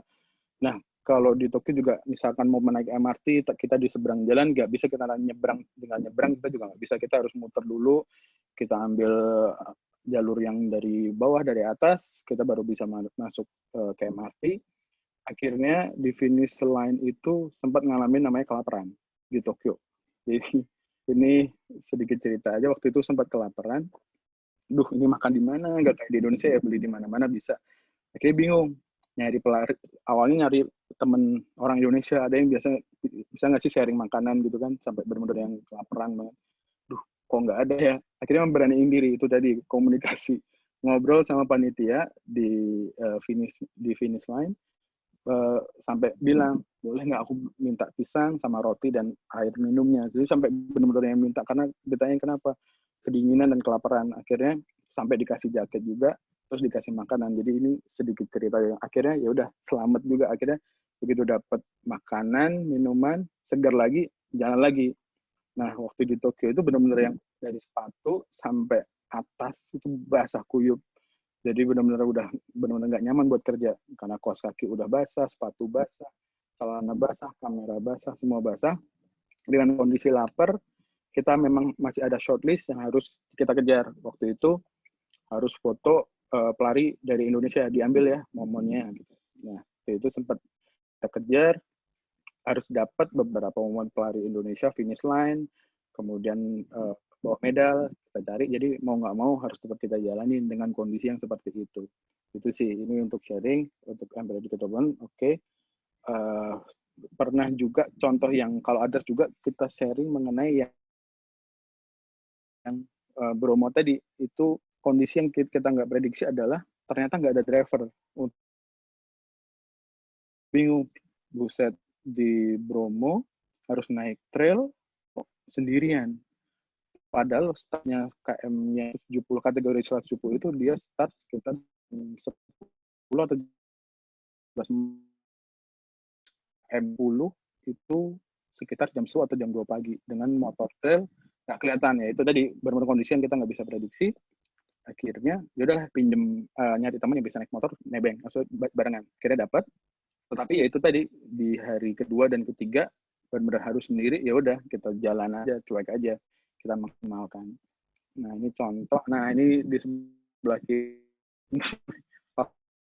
di Bromo, ini stripe saya udah patah, Jadi kamera saya masukin ke tas dengan bawa motor trail sendiri. Nah ini juga salah juga sih, maksudnya udah nggak bawa jas hujan, cuman pakai double jacket. Kemudian ini pakai celana pendek juga salah, harusnya kalau di Bromo ya ini pengalaman juga, harusnya pakai celana panjang, karena kalau kita naik motor trail kayak gini lewat di perbukitan dan di kondisinya Bromo ini, akhirnya kaki waktu itu sobek semua karena kena rumput, kena ranting-ranting pohon, itu berdarah semua waktu itu. Tapi ya nggak mau harus bisa. Jadi waktu itu kondisinya kurang lebih kayak gini sih, bawa motor sendiri, dapat kabar harus balik ke finish, ya udah cepet-cepet naik motor ke finish line balik. Terus begitu sudah dapat foto si pelari di finish, ya udah kita balik lagi ke lintasan. Kemudian kalau yang di sebelah kanan ini contoh juga, ini salah satu fotografer dari Perancis namanya si David. Waktu itu juga ya namanya cuek ya, bodo amat lah, komunikasi aja, ngobrol, sok kenal. Halo, ngobrol. Waktu itu kenapa kok ngobrol sama ini? Karena waktu itu nggak bawa payung. Nah, jadi waktu itu bingung harus nyari tempat, nggak ada payung, nebeng lah sama dia. Akhirnya ngobrol-ngobrol, dikasih payung, dipinjemin. Nah, salah satu hal juga waktu itu, kalau di Tokyo, kita harus secure tempat di finish line. Kita harus ambil tempat nih, aku harus stay di sini sampai nanti finish. Jadi waktu itu pas datang, ternyata udah penuh. Hanya ada beberapa slot nih. Aduh, tinggal di ujung pojok dan posisinya benar-benar nggak enak. Jadi nggak mau harus ambil di sana. Nah, ternyata posisi itu juga ternyata sudah diambil orang. Begitu orang datang, sorry ini tempat saya, kamu pergi aja gitu. Benar-benar yang orangnya langsung nyuruh dan nggak ada basa-basi. Udah kamu pergi aja, jangan di sini. Nah, saya langsung ya, waduh ini gimana sih, masa nggak dapat foto di start line gitu. Saya akhirnya bilang ke panitia, saya harus dapat tempat dong, di mana ini. Akhirnya dibawa ke salah satu spot, bilang, kamu bisa sharing sama fotografer ini. Akhirnya saya ngobrol, terus ditanyain, kamu dari mana? Saya langsung bilang sih, saya dari Indonesia, saya bilang itu. Nah, ya mungkin namanya kebetulan ya, ternyata orang Tokyo-nya itu pernah ke Aceh. Dia pernah foto di Aceh, akhirnya dia bilang, oh saya pernah ke Indonesia. Saya pernah, akhirnya cerita, akhirnya udah kamu di sini aja, kamu berdiri di samping saya aja, bisa foto di sini kok, nggak apa-apa, ambil aja posisiku, nggak ada masalah gitu. Jadi akhirnya ya udahlah, terima kasih dapat posisi. Nah, ini sedikit sharingnya. Sama yang di Tokyo itu tadi, kamera salah satu klien juga rusak, jadi harus kerja sendiri, kemudian basah-basahan, benar-benar nggak nyaman, dari mulai kaki harus naik dengan kondisi yang basah, harus naik MRT, harus pindah tempat, jadi kondisi lapar, jadi luar biasa, yang kita harus benar-benar bisa adaptasi lah. Jadi itu salah satu yang kendala yang pernah aku alamin. Kemudian aku lanjut, nah ini sedikit sharing aja, ini foto aku ambil ketika sebelum startnya Tokyo Marathon. Ini sempat seru juga sih ngeliat, gila ini fotografer di Tokyo Marathon bawanya udah ngeri-ngeri, kameranya udah gede-gede, bawa tas, jadi mereka udah wow. Saya sampai ya gimana aja, ini kok ngeri ya bawanya, mereka kameranya ada yang 2, ada yang 3, sampai bawa tas besar, bawa tripod, bawa macam-macam, jadi perlengkapannya luar biasa kayak mau perang. Sedangkan aku cuman bawa satu kamera dengan satu lensa waktu itu. Jadi adalah cuek aja, cuman bawa satu kamera, satu lensa, maksimalin aja yang ada. Jadi ini kalau teman-teman pengen tahu, inilah kondisi ketika kita masih antri, kita mau dibawa ke start line di Tokyo Marathon. Kondisinya kayak gini nih, mereka sudah bawa tangga, bawa payung, bawa jas hujan dan segala macamnya. Persiapannya sampai segitunya. Kemudian aku lanjut. Nah, ini post production ya. Kita kalau udah selesai pre-production, kita produksinya sudah. Post production kita ngapain aja sih? Nah, kita ngomongin finalisasi foto.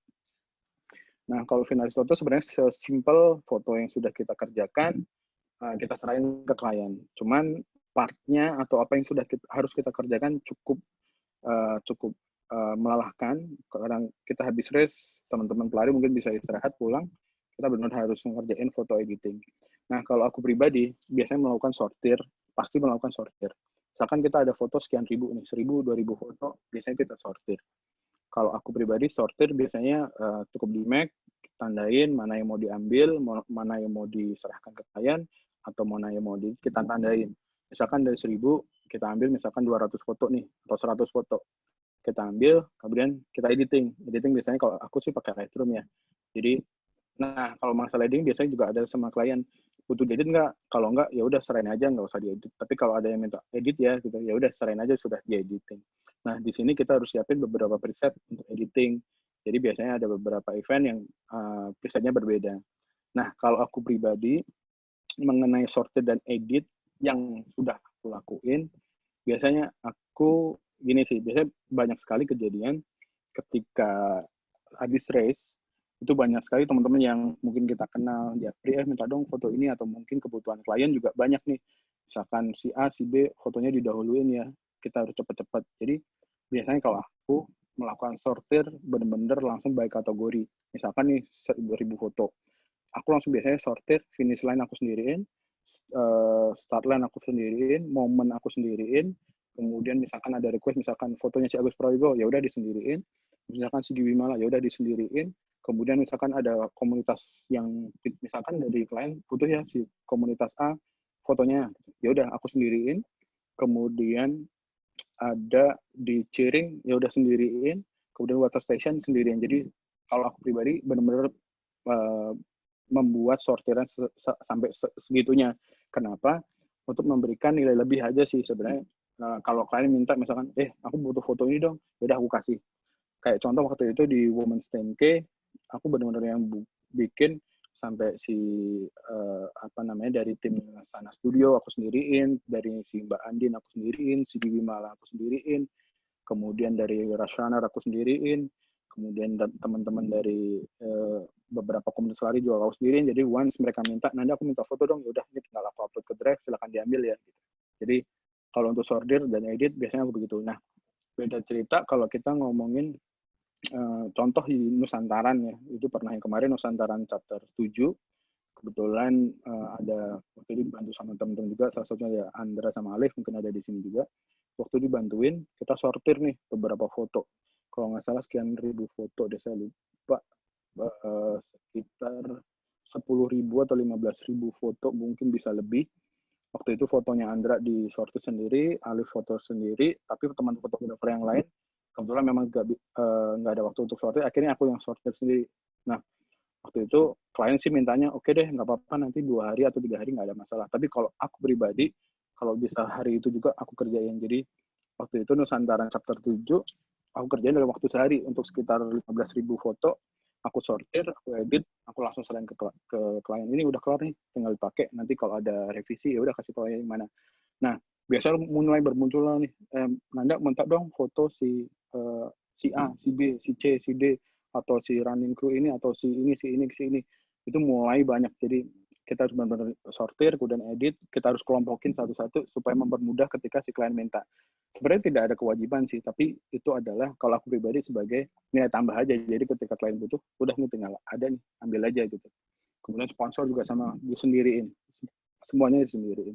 Nah, kalau ngomongin store foto, itu tadi ada store foto yang saat begitu kejadian langsung diminta nih klien, contoh kayak tadi di finish line, langsung di store ya fotonya ya, diedit, kemudian video juga dikirimkan, langsung di store.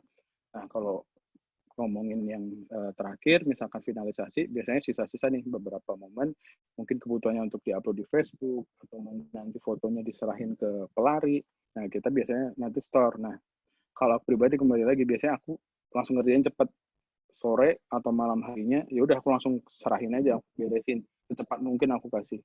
Karena kenapa? Biar besoknya kalau ada revisi atau request yang lain, aku bisa ngerjain. Itu sih. Nah, tapi kalau ngomongin misalkan ada yang minta, misalkan nih, tiba-tiba, Mas, aku belum minta foto yang ini nggak? Nah, itu biasanya aku selalu ngomong dulu ke klien. Tanya dulu. Karena kita nggak bisa asal aja ngasih. Aku kasihin ya, gitu. Tiba-tiba nanti kalau nggak sesuai atau sebenarnya nggak boleh dulu, kan malah jadi masalah nanti. Jadi biasanya aku komunikasi dulu sama klien. Boleh nggak sih si A minta fotonya nih? Boleh nggak dikasih? Kalau nggak boleh ya udah sorry ya nggak boleh. Gitu. Tapi kalau boleh ya udah aku kasih. Nanti syaratnya harus seperti ini, misalkan harus tag dan segala macamnya. Itu biasanya dikomunikasi. Kemudian itu untuk store foto ya. Kemudian backup foto. Nah, backup foto ini salah satu hal yang penting kalau aku pribadi. Kalau aku ya sharing aja cara backupnya. Biasanya kalau begitu race di SD card, aku langsung backup semua. tanpa aku sortir dulu, jadi aku langsung backup dulu ke hard disk.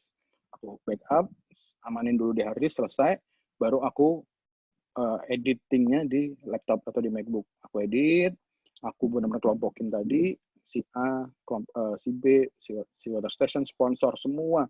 Rekor waktu itu pernah di event Women's 10K dan Borobudur atau Bali, saya lupa. Saya sampai bikin folder dengan nama-nama orang yang berbeda itu sampai 20 atau 30 orang dengan permintaan masing-masing. Minta ini, minta ini, minta itu. Jadi, tapi ya itu tadi aku berusaha, ya udah nggak apa-apa selama aku bisa, aku kerjain aja gitu.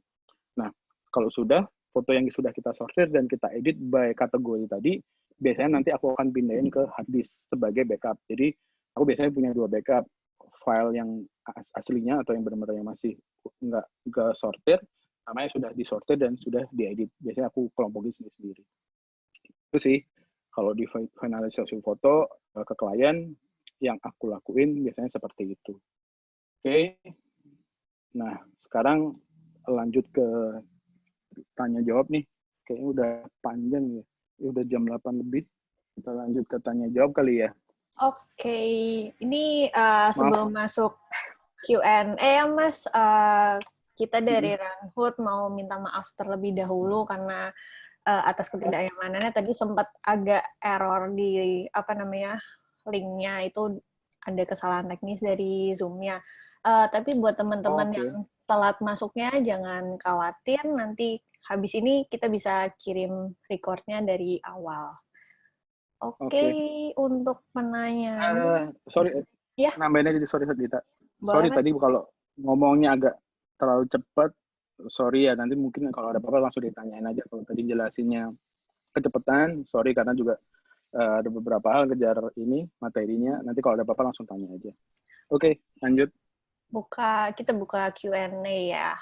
Bisa mungkin. Right. Sambil minum ya. Ya boleh Mas, monggo. Mungkin yang kita pilih 2 penanya dulu bisa kasih reaction clap di bawah ya. Coba nanti pilih. Oke, yang pertama ada Mas Dandi Safman. Mana nih? Oke, boleh di unmute ya Mas ya. Oke, silakan. Mas Dandi. Oh, ini nanyanya langsung ya, nggak lewat chatting lagi? Iya, langsung aja Mas sekarang. Langsung aja biar enak Mas. Ya. Oke, jadi saya penasaran sih sama tadi yang dilakuin saat post produksi ya. Sejauh mana sortir dan editing yang dilakukan saat post produksi dengan saat sortir dan edit, terutama untuk foto yang jumlahnya sangat banyak itu bisa sehari kelar. Ini saya penasaran banget nih tips and triknya gimana nih. Kayaknya akan sangat berguna nih buat teman-teman semua juga. Oke, Mas Dandi. Siap, Mas Dandi ya? Iya. Salam kenal ya, Mas. Oke. Iya, ini langsung aku jawab aja ya? Oke. Dita. Iya, Mas, langsung dijawab aja. Oke. Aku langsung jawab. Biasanya gini, Mas Dandi. Jadi, misalkan, ini ada beberapa case sih. Contoh misalkan fotonya cuma ratusan, contoh kayak di Borobudur Marathon atau di Bali Marathon. Biasanya cuma outputnya dari klien minta ya sekitar 200 foto, itu mungkin ya beberapa jam bisa selesai sih. Biasanya aku langsung sortir, misalkan nih foto dari memory card sudah ada sekian ribu. Kalau aku biasanya langsung masukin ke MacBook, aku tandain nih mana aja yang mau aku ambil dari 1000 tadi. Jadi benar-benar yang pantengin satu-satu, milih satu-satu, tandain. Biasanya udah ketemu nih 200 foto dari 1000 tadi ya, 200 foto udah dapat. Oke, aku biasanya langsung pindahin ke Lightroom. Misalkan kita sudah ada preset yang kita pakai, misalkan dari klien sudah ada, ini presetnya pakai ini ya, atau kita punya preset sendiri, silahkan. Kita langsung kita pakai nih fotonya tadi. Nah, yang berikutnya adalah, step berikutnya kalau aku pribadi, sering setiap foto itu dengan preset yang sama tadi, pasti komposisinya akan berubah-berubah. Ada yang lebih gelap, ada yang kurang terang, dan segala macamnya. Nah, itu benar-benar kalau aku pribadi, aku langsung editing satu-satu. Biasanya dari 200, aku bukain satu-satu, aku ngeliatin ini kurang terang nih, yang ini terlalu gelap, ini saturasinya kurang atau gimana. Aku benar-benar otak-atik satu-satu. Memang sih butuh waktu yang melelahkan, capek, mata lelah. Tapi ya bagaimanapun, ya kalau aku pribadi, ya pokoknya harus selesai. Jadi benar-benar kerjain satu sampai 200 foto selesai. Nah, itu kalau ngomongin 200 foto.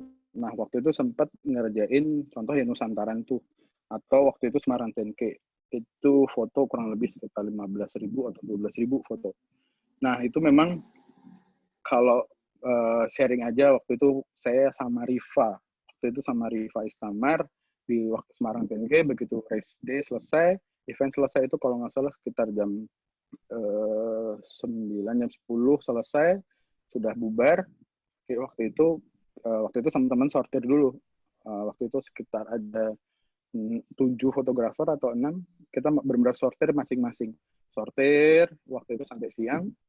Setelah siang semua sudah aku ambil, sudah diserahin ke aku, kelar. Itu aku sempat, udahlah aku pulang dulu.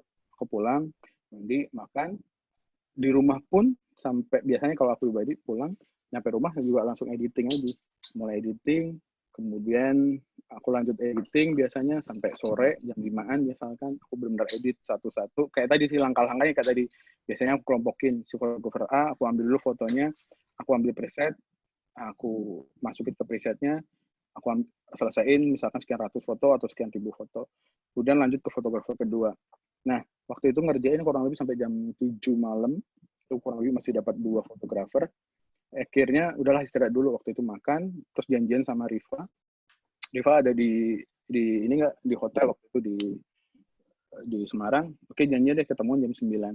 Dari jam 9 saya menyelesaikan foto sisanya sekitar 12.000 atau 10.000 foto itu selesai jam 4 pagi dan nggak tidur, dan ya benar-benar cuman sedia makan, minum, udah ngerjain dan segala macamnya. Itu benar-benar aku kerjain sampai selesai. Caranya bagaimana, kalau teknisnya ya beneran tadi Mas.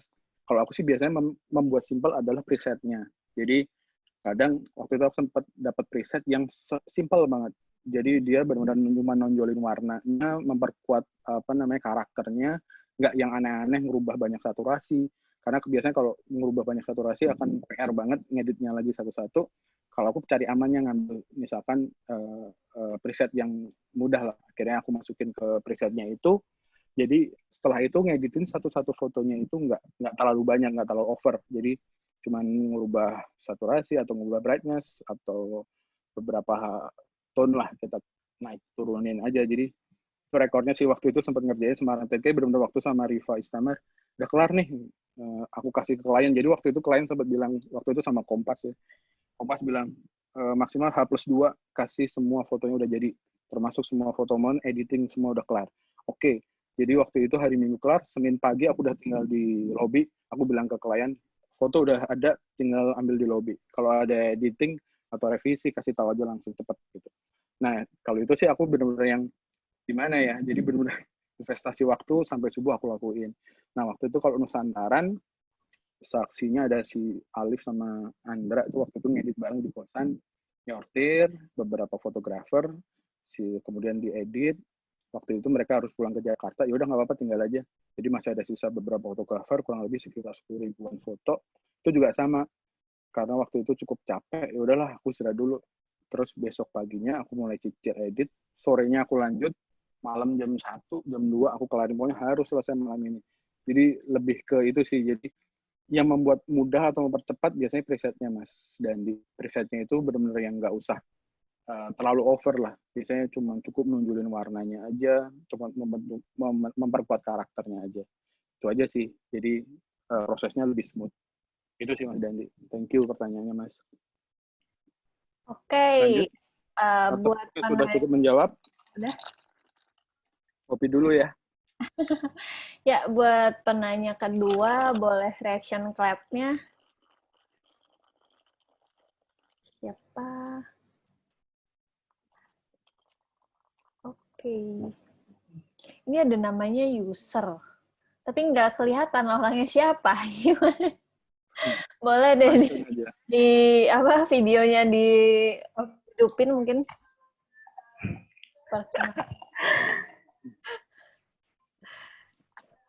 Iya. Halo. Halo. Ini dari siapa ini? Isti. Oh iya Mbak Isti. Iya nih aku ada beberapa pertanyaan juga sih yang penasaran penasaran banget karena kalau di race maraton atau yang 10K atau yang lainnya kan itu semuanya kan pelari-pelari yang kenceng banget ya. Jadi gimana ini salah satu pertanyaannya tuh kayak gimana sih triknya biar tetap stabil di saat nangkep shootnya itu pas pelarinya itu benar-benar kenceng banget itu terus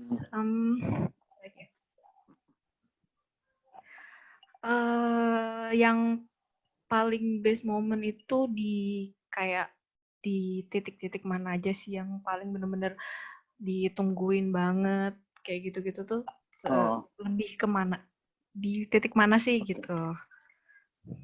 Terus sama biasanya tuh kalau misalnya bawa lensa tuh spare-nya berapa lensa yang paling optimal? Oke, thank you. Oke, thank you. Langsung aku jawab ya. Boleh. Pertanyaan pertama tadi nanyain gimana caranya dapat fotonya sih pelarinya cepet-cepet kencang-kencang. Jadi kalau aku pribadi jadi pakai kamera biasanya shutter speed-nya aku pakai yang tinggi. Jadi momen freeze-nya atau ketika pelari jadi kita dapat sih mereka kencangnya seperti apa. Biasanya aku pakai beberapa shutter speed-nya aku kencengin, misalkan pakai 2000 atau mungkin berapa, tergantung kondisi ya. Misalkan pelarinya memang kencang ya kita maksimalkan. Kedua triknya pakai burst ya. Kita biasanya foto burst bisa kita setting dari mulai 10 frame per second, 14 frame per second. Jadi benar-benar berdapat ketika satu gerakan orang lari kita bisa dapat berapa frame, misalkan 1 sampai 10 frame misalkan kita udah dapat ketika pelari mulai ngangkat kaki sampai dia turun kaki yang keberapa atau mungkin angka kaki yang berapa gitu kita sudah dapat. Tinggal nanti selanjutnya adalah kita milih mana sih yang mau kita ambil, momen mana yang kita pakai. Itu sih. Itu cara kalau aku pribadi gitu sih. Terus yang kedua pertanyaannya tadi mengenai ini ya best momennya di mana ya kalau nggak salah ya Dita ya, benar nggak? Iya betul. Ya. Best momennya kalau di race kalau aku pribadi ya aku sebenarnya paling seneng yang banyak emosi keluar. Contoh biasanya kalau event 10K ya emosinya kalau di lintasan biasanya menurutku pribadi kurang sih karena race-nya cepat ya. Nah biasanya kalau gitu ambil beberapa momen di cheering, biasanya aku ambil beberapa angle. Oh di cheering aja deh, water station. Kemudian finish line itu selalu menjadi hal yang menarik buat aku pribadi. Walaupun kadang sebel sih karena nggak bisa kemana-mana, cuman dari awal di start sampai finish ya udah di situ aja berjam-jam dengan kepanasan dan segala macam. Sebenarnya lebih capek dan bosannya sih. Tapi hal yang ditunggu-tunggu adalah di finish line. Karena apa? Karena emosi itu keluar semua. Pelari menangis, kalau udah di kategori misalkan di kategori FM full marathon. Pelari nangis, pelari guling-guling lah, pelari yang hampir DNF lah, kemudian yang COT lah. Kemudian itu banyak momen-momen yang bisa kita ambil yang emosinya keluar, yang kita bisa maksimalkan di situ sih. Itu sih, jadi kalau the best momennya pasti ada beberapa titik ya, pasti kalau di finish itu biasanya bagian favorit, karena orang pelukan, orang nangis itu menyenangkan sih untuk diambil. Air mata yang keluar, atau mungkin keringat, atau mungkin orang yang lagi udah benar-benar ngerasa capek, udah stres, udah nggak karu-karuan mukanya, itu bisa kita ambil. Itu sih. Kemudian pertanyaan ketiga tadi apa ya, Dita? Kenapa? Yang ketiga? Pertanyaan ketiga apa sorry tadi? Yang ketiga itu lensanya yang paling optimal sih. Lensa. Oh, lensa ya, sorry. Oke. Kalau lensa, biasanya gini, aku bawa 3 biasanya. Bawa lensa 16-55, kemudian bawa 50-200, satunya adalah fixed lens 35 f1.4. Nah, biasanya kalau aku bagi sih, seringnya kalau start, ya udah aku ambil pakai 16-55, tapi tergantung kondisi sih, misalkan kondisi yang gelap, ya udah aku bisa pakai 35 atau biasanya aku pakai backup lens misalkan ada 16 f1.4 biasanya sewa. Tapi kalau enggak ya udah kita pakai selanjutnya. Kalau di lintasan selalu mix 1655 atau 50-200. Tinggal kebutuhan kita ambil yang tele atau yang close up atau ambil beberapa momen yang kita maksimalkan. Biasanya aku pakai 2 lensa itu. Tapi kalau nanya mana yang paling favorit, 1655 itu lensa favorit. Aku kebetulan pakai Fuji, itu yang lensa menurutku paling favorit. Tapi kalau nanya berapa bawa lensa, saya biasanya 3. Gitu sih. Sudah Oke. menjawab. Sudah menjawab. Oke, makasih. Oke, kita tambah 1 penanya lagi ya, Mas ya. Alright. Boleh reaction lab-nya mana nih? Mas Andra nggak nanya, Mas Andra? Mana nih? Nggak ada yang nanya loh, Mas. Waduh. Oh, mungkin kalau yang malu-malu bisa di chat kali ya. Chat aja boleh. Oh, ada Kasara nih, Kasara. Sarah. Hey, Sarah. Oh, daripada nanya, kasihan ditanya bingung nungguin pertanyaan. Hey. Gimana? Mau nanya, pernah nggak mood atau hilang mood di tengah motret, terus ngerasa kayaknya fotonya nggak ada yang disuka gitu. Dari satu, nggak tahu mungkin event atau apa gitu. Wow. Sudah? Sudah itu aja.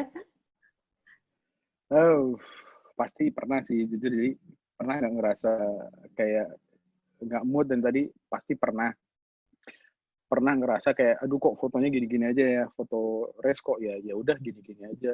Sebenarnya kayak aduh ngapain ya, bosen nih, kayak berusaha explore lagi, harus ngapain lagi nih. Pernah juga ketika di sebuah event benar-benar ngerasa yang bosen, ngapain lagi ini angle kok ya gini-gini aja, juga pasti pernah. Tapi nggak mau sebut eventnya apa, tapi ya itu pasti terjadi.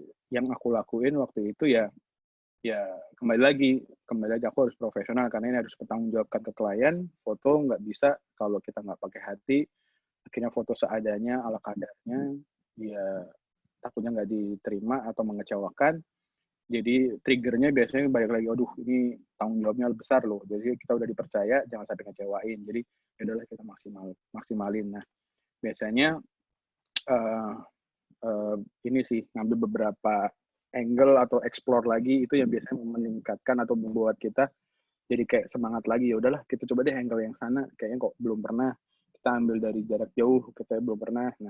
Nah biasanya kalau kayak gitu latihannya kalau pribadi di street photography, benar-benar melatih mata kita, matanya harus sepeka apa sih ngelihat kayak momen apa sih sebenarnya yang kita bisa ambil kalau di lari. Jadi ilmu-ilmunya kita bisa ambil di sana. Itu sih. Terus ya saling sharing sama teman-teman fotografer atau orang yang sudah ahli di bidangnya, kayak Andra, Ian, Alif, sharing aja enaknya ngapain ya, atau sharing apa ya, bisa baca artikel di mana ya gitu. Nah teman-teman Runhood, kira-kira apa sih artikel yang bisa kita lihat supaya kita bisa apa ya, beberapa angle yang kita bisa ambil.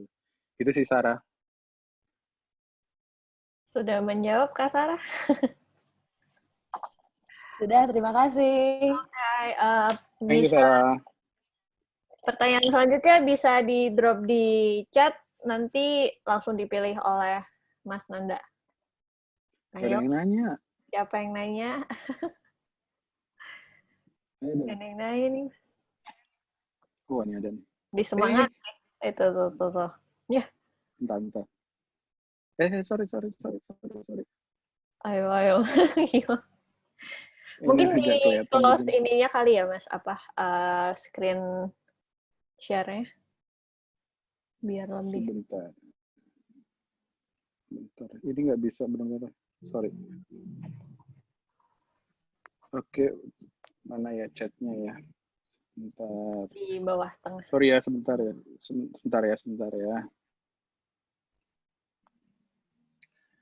Alright.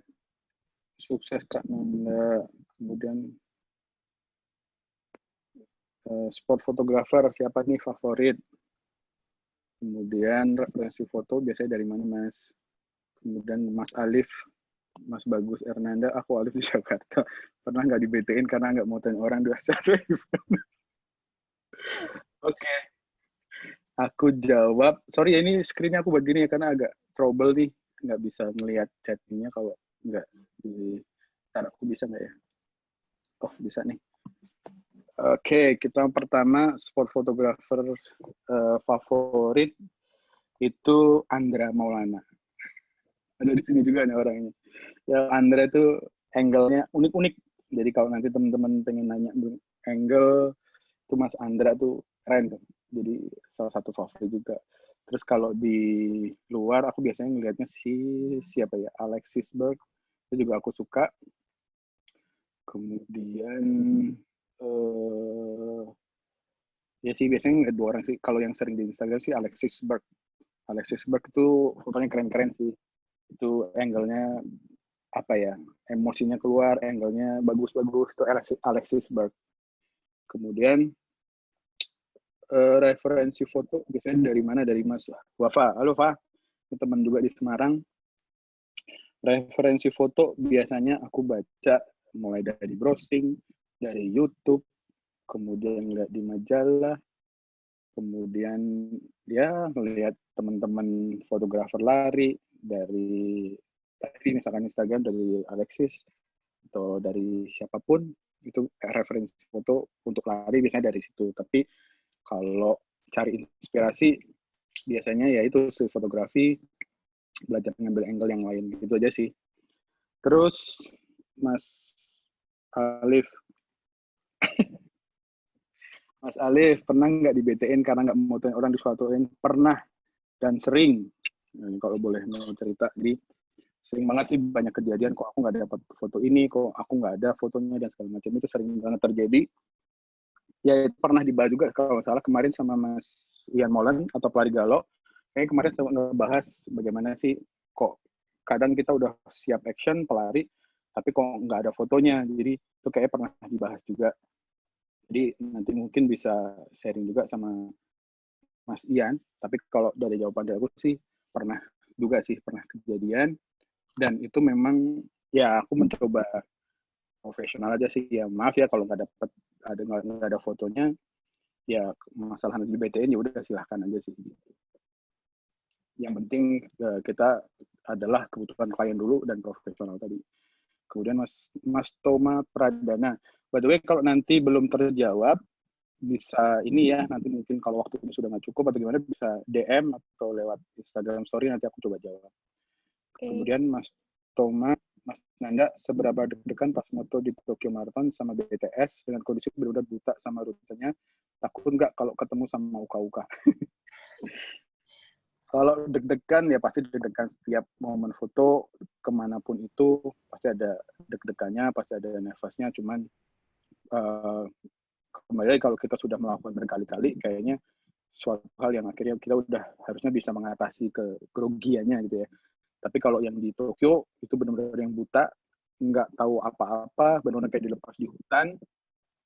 Jadi mau nggak mau kayak MRT-nya udah nggak ngerti, bahasanya juga nggak ngerti. Kemudian orangnya seperti apa juga berbeda pastinya dengan orang Indonesia yang tidak seramah orang Indonesia. Jadi itu benar-benar yang kita harus manage, kita harus bisa mandiri, kita harus bisa ngatur waktu. Itu sih. Kemudian kalau di BTS juga sama.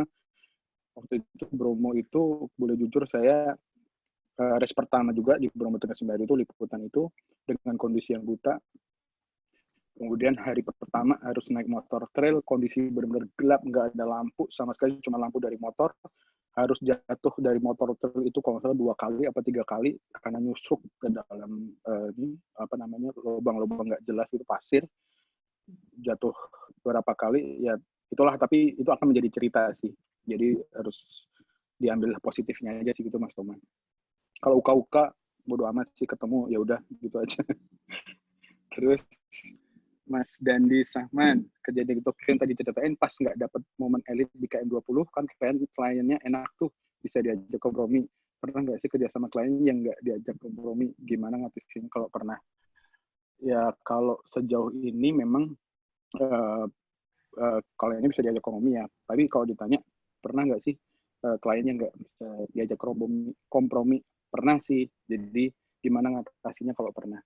Kalau waktu itu pernah ada kebutuhan foto si misalkan ada tamu VIP misalkan atau si elit ini harus dapat di sini ya. Aku berusaha mereplace misalkan, waduh nggak dapat di lintasan nih. Tapi gimana caranya aku dapat di misalkan di KM 10, KM 20 nggak dapat. Ya udah aku kejar di KM 30. Jadi harus cepet-cepet ke sana atau mungkin kita bisa minta bantuan teman. Misalkan ada di KM 30 ada teman nih, minta bantuan dong. KM 30 aku pengen ambilin si ini. Kalau enggak nanti saya biasanya akan backup akunya lari ambil misalkan pindah langsung udah deh aku pindah ke sana dulu aku ngambil momen ini. Kalau aku pernah kejadian kayak gitu terus akhirnya aku diskusiin sama ini aku nggak dapat nih waktu itu misalkan ada kebutuhan sponsor ya misalkan si ini kliennya sedang di sini di KM ini karena ada cheering di sini atau sponsor di sini tapi nggak dapat tapi aku dapatnya momen lain di finish dan ini sebenarnya semoga nggak jadi masalah akhirnya kita diskusi. Nah itu kembali lagi kalau kita menjalin hubungan baik dengan klien supposed to be atau harusnya sih klien juga bisa kita yakinkan bahwa ini momen juga nggak kalah pentingnya kok gitu sih. Jadi itulah pentingnya komunikasi. Menurut aku sih komunikasi itu segala-galanya ya. Jadi kita udah punya gear yang keren, kita punya kemampuan foto yang handal gitu ya. Kita sudah punya link atau punya koneksi yang luar biasa. Tapi kalau kita komunikasinya tidak baik atau tidak bisa maksimal bagaimana kita menjalin hubungan komunikasi dengan klien, itu menurutku jadi kurang sih. Walaupun sebenarnya masih bisa kita pakai, tapi komunikasi itu paling penting. Itu sih Mas Dadi, terima kasih.